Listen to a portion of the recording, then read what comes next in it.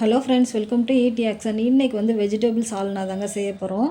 இது வந்து புலாவுக்கு, சப்பாத்தி, இடியாப்பத்துக்கெலாம் தொட்டு சாப்பிட்றதுக்கு ரொம்பவே நல்ல டேஸ்ட்டாக இருக்கும். இது எப்படி செய்கிறதுன்னு பார்க்கலாம். இந்த வீடியோ பார்க்குறவங்க லைக் பண்ணுங்கள், ஷேர் பண்ணுங்கள், சப்ஸ்கிரைப் பண்ணுங்கள். இப்போ வாங்க இந்த சால்னா எப்படி செய்கிறதுன்னு பார்க்கலாம்.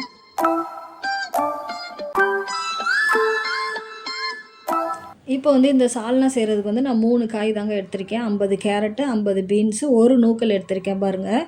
இந்த சைஸு நூக்கல் ஒன்று எடுத்து கட் பண்ணி வச்சுருக்கேங்க. இது 3 காயும் போட்டு தான் இன்றைக்கி செய்ய போகிறேன். இப்போ ஃபஸ்ட்டு வந்து இதுக்கு வந்து தேங்காய் அதுக்கு அரைச்சி எடுத்துக்க போகிறோம் நம்ம. இப்போ வந்து ஒரு 1/4 மூடி அளவுக்கு வந்து தேங்காய் சேர்க்குறேங்க. தேங்காய் சேர்த்துட்டு இப்போ வந்து பாருங்கள், ஒரு வெங்காயம் வந்து மீடியம் சைஸ் வெங்காயம் அதிலேயே போட்டு அரைக்க போகிறேன். ஒரு வெங்காயம் வந்து பொடிசாக கட் பண்ணி வச்சுருக்கேங்க தாளிக்கிறதுக்கு. இந்த மாதிரி பெரிய துண்டாக தான் நறுக்கியிருக்கேன். ஒன்று வந்து அரைக்க போட்டுடலாம், ஒன்று கட் பண்ணி வச்சுருக்கேன்.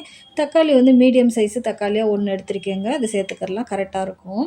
இப்போ இது கூடவே 1/2 ஸ்பூன் சோம்பு, 1/4 ஸ்பூன் வந்து சீரகம் சேர்த்துருக்கேன். ஒரு 10 அளவுக்கு வந்து பாதாம் பருப்பு சேர்த்துருக்கேன். நீங்கள் பாதாமுக்கு பதிலாக முந்திரி சேர்க்குறதுனால சேர்க்கலாம், இல்லாட்டி கசகசா சேர்க்குறதுனால சேர்க்கலாங்க. இப்போ வந்து இது கூடவே வந்து 1 டேபிள் ஸ்பூன் அளவுக்கு வந்து உடச்சக்கல்லையும் சேர்த்துக்கிருக்கேன். சேர்த்துட்டு இது எல்லாமே இப்போ கொஞ்சம் நல்லா தண்ணி ஊற்றி கொஞ்சம் நைஸாக அரைச்சி எடுத்துக்கிறலாம். இங்கே பாருங்கள், நல்லா அரைஞ்சிருச்சு பாருங்கள். கொஞ்சமாக தண்ணி ஊற்றி அரைச்சிருக்கேன். இப்போ வந்து இந்த சால்லாம் தாளித்து விட்டுடலாங்க. இப்போ நம்ம குக்கரில் தான் தாளிக்க போகிறோம். இப்போ குக்கர் வச்சு கொஞ்சமாக எண்ணெய் சேர்த்துருக்கேன். இதில் வந்து நம்ம தாளிப்புக்கு பட்டை, கிராம்பு, ஏலக்காய், ஒரு பிரிஞ்சி இலை கிள்ளி போட்டிருக்கேன், கொஞ்சமாக சோம்பு போட்டிருக்கேங்க. ரொம்ப வந்து தேவையில்ல. பட்டை, கிராம்பு இதுகெல்லாம் வந்து ஒரு 2, 3 இப்படிமா எடுத்துக்கிட்டால் போதும். இது வந்து இந்த சால்னா வந்து ஒரு 5 பேர் சாப்பிட்ற அளவுக்கு செய்கிறேங்க. இப்போ வெங்காயம் வந்து லைட்டாக வதங்கிருச்சு. இது கூட வந்து 1 ஸ்பூன் அளவுக்கு வந்து இஞ்சி பூண்டு பேஸ்ட்டு சேர்க்குறேன். நம்ம தக்காளி வந்து நீல வாக்கில் கட் பண்ணி வச்சுருக்கேன், அதையும் சேர்த்துக்கிறேன். உப்பு வந்து இப்போ சால்னாக்கு தேவையான அளவு 1/2 ஸ்பூன் உப்பு சேர்த்து இதோட வதக்குறேங்க. இப்போ இது வதங்கிக்கிட்டுருக்கு. இது கூடவே நம்ம மசாலா சாமான் சேர்த்துடலாங்க. ஒரு 1/2 டீஸ்பூன் அளவுக்கு தனியாத்தூள் சேர்க்குறேன். ஒரு 1/4 ஸ்பூன் அளவுக்கு மஞ்சத்தூள். இப்போ வந்து தனி மிளகாத்தூள் தாங்க நான் சேர்த்துருக்கேன். 1 டீஸ்பூன் அளவுக்கு சேர்த்துருக்கேன். சேர்த்துட்டு இதையுமே லைட்டாக வதக்கிட்டு நம்ம வெட்டி வச்சுருக்க காயையுமே சேர்த்துக்கிறலாங்க. சேர்த்து லைட்டாக பரட்டி விடலாம்.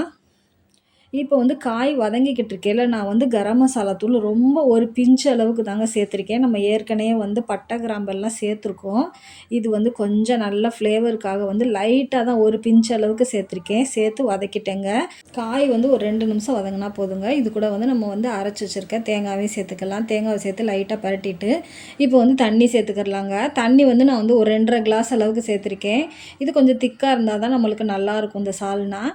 இங்கே பாருங்கள், தண்ணி சேர்த்து நல்லா கிளறி விட்டுக்கரலாம். உப்பு கூட செக் பண்ணி பார்த்துக்கரலாங்க. உப்பு எதுவும் பத்தாட்டி சேர்த்துக்கரலாம். மிளகாத்தூள் இது எல்லாமே அளவு வந்து கரெக்டாக இருக்கும். இப்போ பாருங்கள், நான் உப்பு தான் செக் பண்ணி பார்க்குறேன். உப்பு எல்லாமே நான் போட்ட அளவு வந்து கரெக்டாக இருக்குது. இப்போ வந்து தண்ணி இந்த அளவுக்கு போதுங்க. இப்போ வந்து நம்ம குக்கர் மூடி வச்சுட்டு ஒரு விசில் வச்சுட்டு சிம்மில் ஒரு 5 நிமிஷம் வச்சிடலாங்க. அப்போ தாங்க நம்மளுக்கு நல்லா வந்து நல்லா ஒரு திக்னஸ் கிடைக்கும். இங்கே பாருங்கள், நான் ஒரு விசில் வச்சு 5 நிமிஷம் ஆயிடுச்சு சிம்மிலே வச்சுட்டு. இப்போ பாருங்கள், லைட்டாக நான் சிம்மில் வச்சுருக்கேன் இப்போ அடுப்பை. லாஸ்ட்டாக வந்து நம்ம கஸ்தூரி மெட்டி சேர்க்குறோங்க. நீங்கள் வந்து இது இல்லாட்டினா கொத்தமல்லி பொடிசாக கட் பண்ணி சேர்த்துக்கிறலாம். கஸ்தூரி மெட்டி சேர்த்து லைட்டாக கிளறி விட்டு ஒரு நிமிஷம் கொதிச்சா போதும். அடுப்பை ஆஃப் பண்ணிடலாம். அவ்வளோதாங்க, ஒரு சூப்பரான சால்னா ரெடி ஆயிடுச்சு பாருங்கள். இது வந்து இன்னும் கொஞ்சம் நேரத்துலேயே நல்லா திக்காயிரும். இங்கே பாருங்கள், இப்போ பாருங்கள், நான் கொஞ்சம் திக்கான பிறகும் காட்டுறேன் பாருங்கள். சூப்பரான சால்னா ரெடி ஆயிடுச்சு பாருங்கள். இப்போ வந்து நான் இதை வச்சுட்டேங்க, ஒரு 10 நிமிஷம் கழித்து தான் காட்டுறேன் பாருங்கள். இங்கே பாருங்கள், நல்லாவே ஒரு திக்னஸாக இருக்குது பாருங்கள்.